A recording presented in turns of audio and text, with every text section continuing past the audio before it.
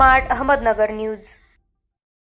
India तायक्वांदोच्या अंतर्गत घेण्यात आलेल्या ज्युनियर राष्ट्रीय स्पर्धा कटकोरीसा येथे झाल्या। यामध्ये सातारा जिल्हा ॲमेच्युअर तायक्वांदो असोसिएशनची खेळाडू कुमारी प्रिशा संतोष शेट्टी, आंतरराष्ट्रीय तायक्वांदो खेळाडू हिने ज्युनियर मुली 68 किलो गटामध्ये सुवर्ण पदक महाराष्ट्राला मिळवून दिले। प्रिशा ही मागील 8 वर्षापासून तायक्वांदो खेळाचं प्रशिक्षण घेत असून तिने याआधी वर्ल्ड तायक्वांदो चॅम्पियनशिप खेळली असून आशियाई तायक्वांदो चॅम्पियनशिप स्पर्धेत भारताला कॅडेट गटातील महाराष्ट्राची मुलीचे ब्रॉन्झ मेडल देखील दिले आहे।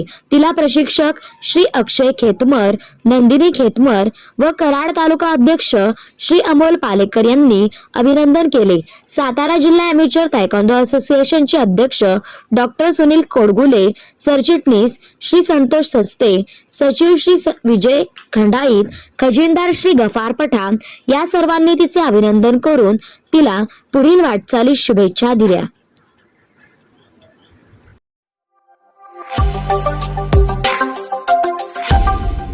Smart Ahmednagar news.